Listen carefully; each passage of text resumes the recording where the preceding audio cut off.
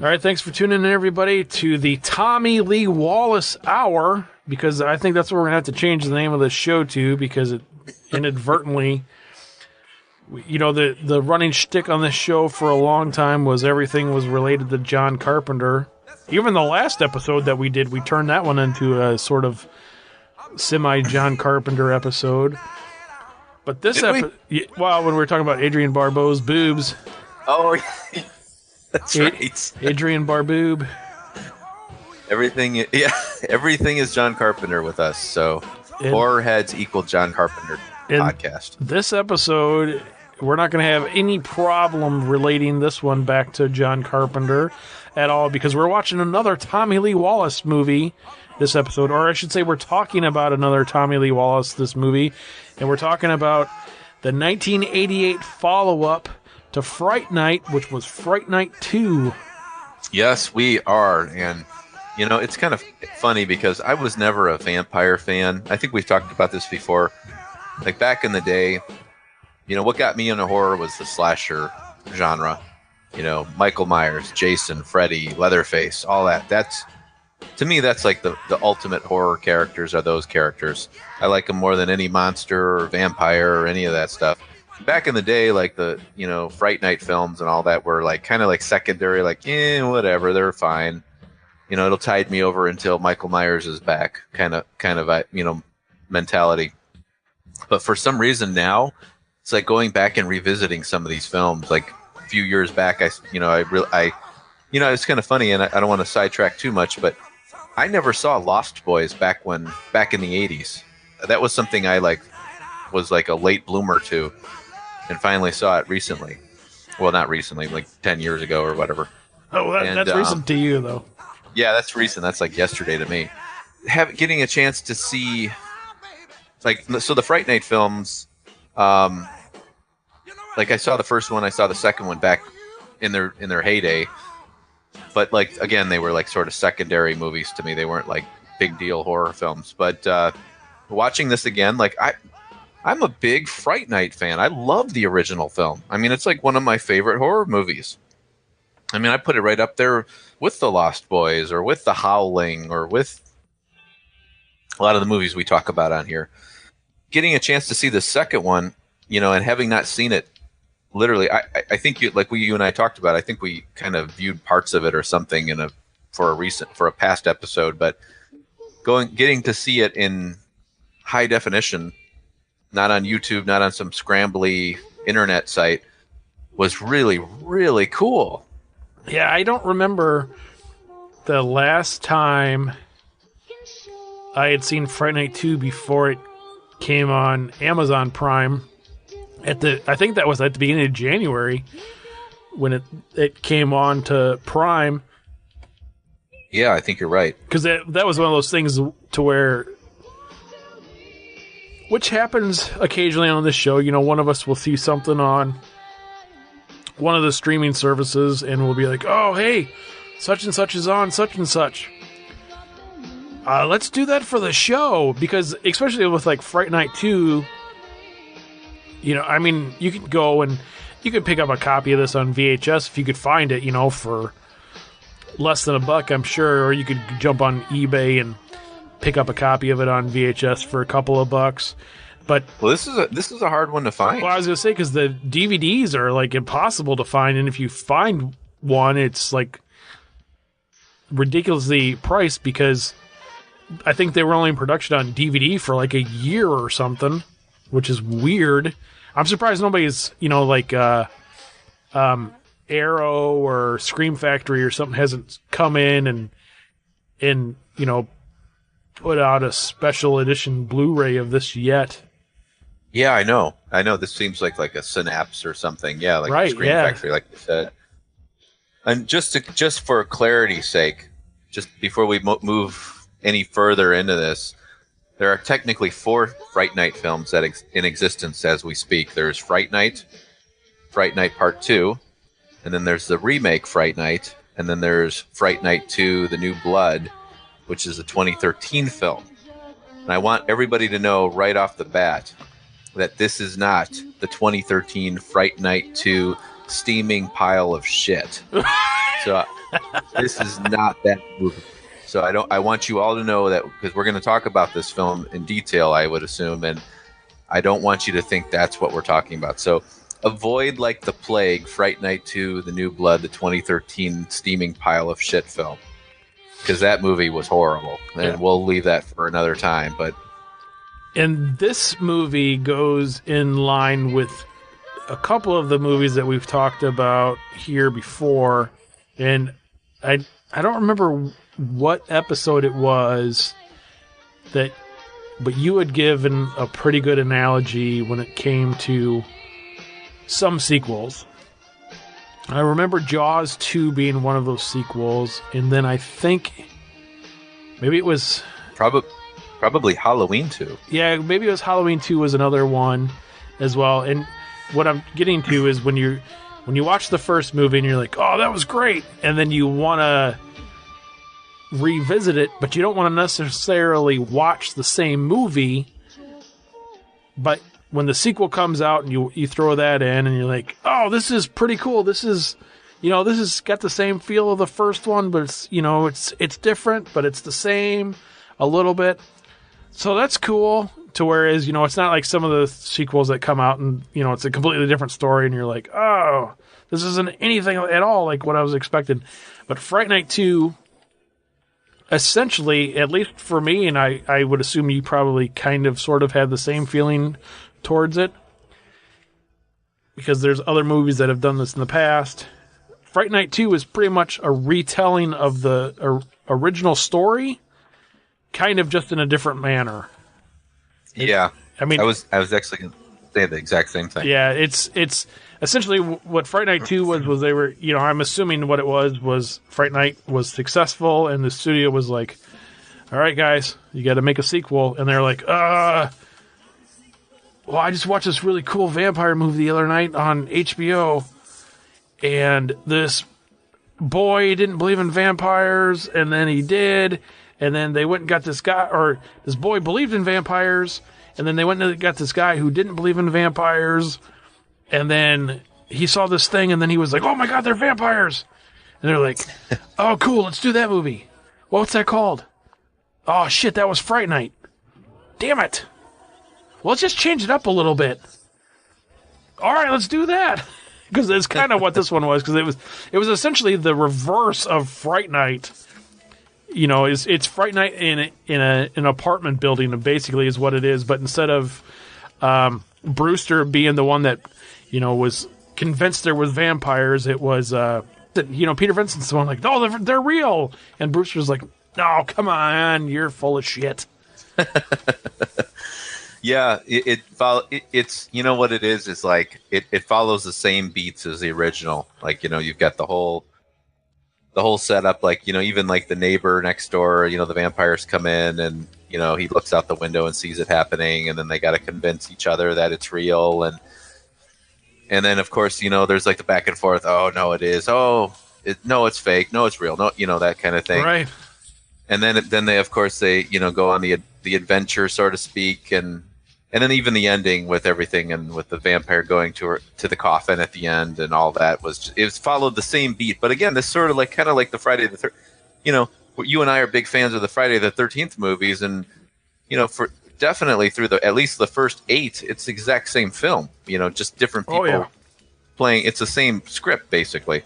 So it's just kind of like they took that same template and like, okay, well, let's just change the scenery a little bit. And that's fine. I have no problems with the horror movie doing that, especially in a franchise, because that's kind of what we want. We want sort of the same thing. Just add a little bit of this and that, change it up a little here, give us a few surprises, but we're not going to Fright Night 2 to see like, a completely opposite type film. I remember this film very, very well in the late 80s, like as being like one of those films that there was like a nonstop trailer or commercial on every time I rented the film. There was always like, oh, I got to sit through the Fright Night 2 trailer. It was like, I don't remember watching any trailers for the film on TV, but like every time I rented a movie, it was like Fright Night Part 2 there was going to be a trailer for that. So I thought it was like, well, this must be a huge deal, because like the trailer is everywhere. And then I remember watching it on cable, and Around the time I actually saw the first one, I think I saw the second one and the first one around the same time. So this would have been like late '80s, early '90s. Back then it's really funny because this film like just there's some movies that just bring you right directly back to that time period, and this one really did. I don't know what it was, but I felt like it was like 1988 all over again. I was like, wow, it's like Batman's coming out in a year. It just had that feeling to it. You know what I mean? And it's weird because like you can tell the difference between like an early '80s film and a late '80s film.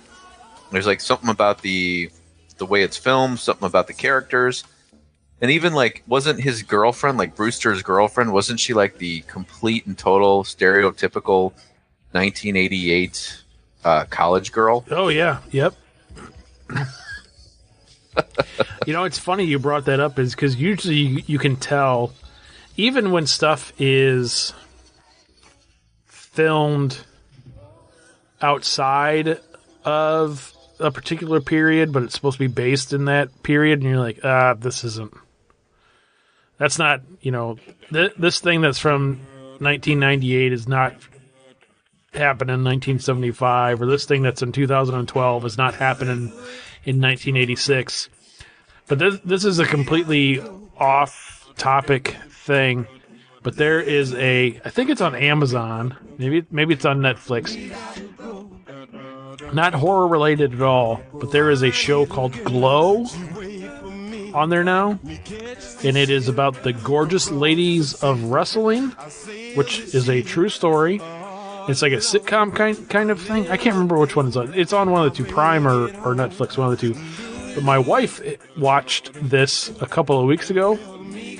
She was in the middle of one of the episodes, and I could have sworn, because it's based in the 80s, and I could have sworn she was watching a show from like that was filmed in the 80s, because I was like, what are you watching? And she's like, Glow. I'm like, Glow? I don't remember that. And she's like, no, it's new. I'm like, no, this isn't new.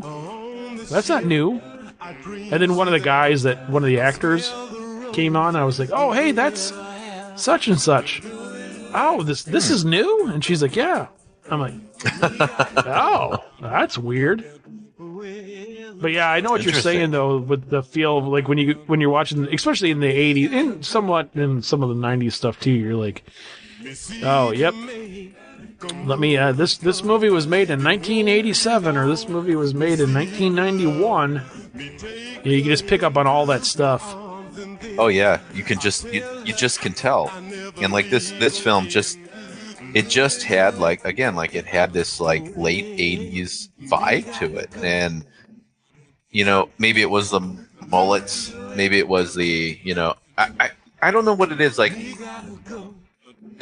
whatever the camera was that they used back then in the late '80s, like it reminded me like it could have been like the same cameras like in Deadly Friend, or in like, I'm trying to think of some other late '80s films, like one of the later Nightmare on Elm Street films. It just really had that vibe. I was like, wow, I'm back. And the funny thing about this movie is sometimes when you revisit these films, you're like, that was pretty terrible. But this was a lot of fun. I really enjoyed it. I mean, I don't think Fright Night 2 is as good as the original. I think the original just was a better film. But I thought that this film really, I mean, I enjoyed it. I love Roddy McDowall's character. I love the Peter Vincent character. And I just, every time he's on screen and he just kind of plays like the cowardly lion type of, thing, I thought it was great. I even, it was kind of funny, like, just to kind of explain about the plot a little bit about this story. But if you remember the original, it was a vampire that moved in next door to Brewster, and and he realizes it and kind of gets to, figures it out, and he gets the help of Peter Vincent to, check out, whether or not this guy is really a vampire. Well, anyhow, this movie is based on that character's sister. And I don't know if you noticed it, but whoever this actress was who played the sister, she had the same facial expressions and mannerisms as the vampire in the original movie, which I was like, wow, this could really be his sister, and I don't think it was, but it just was kind of weird that she was able to do that. Did you notice that, or was that just kind of my own observation? I don't think I noticed that so much. Okay. But thinking back on it, yeah, I could see that. Yeah, she just the way she would move her lips and like the way she interacted with Charlie, it just had that very similar. I don't know her facial expressions, all of it just kind of, it was like if that guy from the original film had a sister, this could definitely be her. So what'd you think of Peter Vincent in Fright Night 2? Oh yeah, I liked the character. I thought he did a great job. He didn't have the one thing that was kind of interesting, like in the first movie, it looked like he had like I don't know, like spray paint or something like put in his hair. Right. He had this weird, like sort of like looked like he was almost like a relic, like it was like covered in dust. But this one, he didn't have that. Yeah, I remember us talking about that, to where he looked like he had that. Yeah, exactly, which is like spray paint in his hair like that, which would have been like an 80s thing. Because I remember this when we were kids, like it would be Halloween time and there was like that spray and hair color that you would get, the little spray can that you would get at Kmart, green or orange or whatever, and, right into your hair. That's what it always reminded me of whenever you watch the original Fright Night. But I was thinking of maybe in this one, even though it's only a couple years later, maybe he was just an old man by this time and his hair was naturally gray. That could have been, yeah. Yeah, because I remember, like, when you watch the original, he has this look to him, like, where it looks like he was, like, they pulled him out of an old Universal Studios coffin or something and dusted him off, and he's still covered in, like, whatever debris that he was in there. And this one, he just had, like, more of a natural look. But, yeah, I mean, this one follows the same beats, for the most part as the original film, and, all the way up until the end and the final climax with the confrontation with the vampire, and even having the character turn into the bat just like in the original film, and her going into the coffin and all of that stuff. So I really enjoyed this. I was so like excited about this film. It was really cool because I didn't think I would like it as much as I did, and I'm not going to say that this is like something I'm going to watch every October or anything like that. I probably won't watch it again for several years, but like it really kind of lived up to what I had hoped it would be, like a late 80s great little follow-up sequel. I remember from when I watched it this most recent time, because the same as you, I don't remember watching it. The last time I saw it, I remember watching, but I don't remember the last time I saw it. But the most recent time that I watched it, I wasn't sure what to expect. And, you have some of the familiar characters at the beginning of the movie. You're like, okay, cool. So this is kind of, same people from Fright Night. That's cool. And then a couple years after the Lost Boys had come out, and then you had that one shot at the beginning of the movie where Charlie like left the party or whatever, was like driving down the thing, and then it had that aerial shot, and it reminded me in that moment of the Lost Boys. And I had this like thought for just a couple of minutes. I'm like, oh, are they going to rip off the Lost Boys in this movie? Is that what they're going to do? But it was only that one scene, and then a couple minutes after that, you're like, oh, nope, this is Fright Night. This is exactly what it is. So, and like you said, I mean, this goes back to what we've said before. This is another one of those. Exactly what you were just saying. It's not a. This isn't going to win any Oscars. By any stretch of the imagination, this is not a great movie, but it is an enjoyable movie. Is it a movie you're going to watch all the time? No. Is it a movie you should have in your collection? Yeah, maybe. Or have queued up somewhere, if you can watch it on Amazon, or, if you get a digital copy of it, or, if you're lucky enough to get it on DVD or VHS or something. But, it's one of those movies that, occasionally throw it on and grab a bucket of beer and a bucket of popcorn and go to town. Absolutely. And another thing I want to mention, too, and I don't have any information in front of me, so I'm going to just kind of wing this. But one of the things with this film, it sort of disappeared when it was first released. Like, it never really got the appropriate release. Like, it was supposed to be a little bit more marketing behind it, and to really get it in the theaters and get people into it.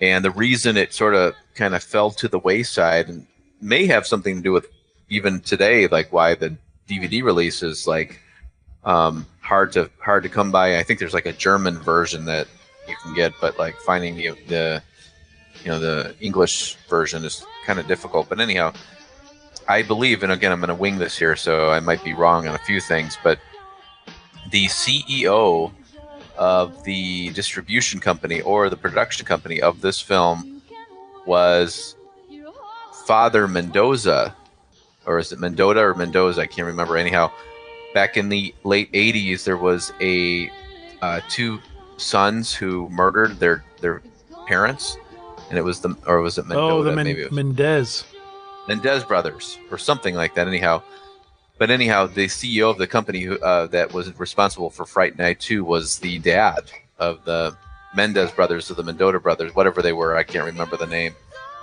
Should probably Google this while I'm talking about this. Yep, the Mendez brothers, yep. The Mendez brothers. Okay, so anyhow, the Mendez brothers killed their father, and their father was the head honcho of the company that was involved in distributing Fright Night 2. So for whatever reason, it caused problems with the distribution, and this movie was one of those films that it was a bad timing thing, and so it got kind of pushed to the wayside. I was not aware of that. Isn't that kind of weird? That is weird, yeah. So in part 2 of Dread Central's exclusive video retrospective series with Tom Holland, we talk with him about the world of horror during the 80s. Something he'd know a thing or two about. The poor treatment of sequels by Hollywood during the 80s. His thoughts on Fright Night 2, and how the infamous serial killer siblings, the Mendez brothers, managed to destroy Holland and McDowell's plans for Fright Night 3. Fright Night Part 2 was released in 1989 despite the studio's initial rush to put a follow-up into production based on test audiences' responses to the original. Eventually, Jose Menendez, whom Roddy McDowell referred to as, quote-unquote, the worst human being he had ever met, acquired the rights to Fright Night. McDowell and Holland were set to meet with Menendez regarding the possibility of a third entry in the Fright Night saga. But 2 weeks before the men were scheduled to meet, Menendez was murdered by his kids, Joseph and Eric. There was something really, really wrong with Menendez. The whole story is a horror movie, Holland said, and Roddy would never speak of it after that. Huh, okay, so interesting. So that, according to this, it's saying like basically there was going to be a part 3, but then the murder of Jose Menendez pretty much put a halt to that. But I thought it had more to do with part 2's. What I recall reading was something about part 2 being like the marketing being delayed or messed up because of the Menendez brothers' murder. Interesting. Okay. Well, we might have had a pretty cool part 3, but I guess that's obviously never going to happen because isn't Roddy McDowell? He passed away, so he's gone now. He was like a big Disney guy too, I think, back in the day. He was like kind of like he was a Disney actor. But I would say, overall, I mean, this kind of goes back to what we were talking about a little bit ago. This is definitely a movie to watch if you've seen Fright Night and you want more of the same thing. Throw on Fright Night 2, or you want to, experience some of the cheesy 80s horror, that, because I wouldn't say this is definitely this is not a great 80s movie, but this is one of those movies that kind of like Gremlins 2 in a sense, to where, when you want a sequel to a movie and you want something that feels just how the 80s felt, this is the movie to watch. You had like just all the like the overindulgence and just everything. Oh yeah. Yep. Pop culture and just all this stuff it's all in this movie. To whereas I don't think you necessarily got the same feel for all of that in the first one. The same thing with like Gremlins. Like, I don't know why I'm picking on Gremlins, but Gremlins 2 is kind of the same as Gremlins 1, but it also has that kind of like, just oversaturated and 80s-ness to it. Oh yeah. Yeah, good comparison, I think.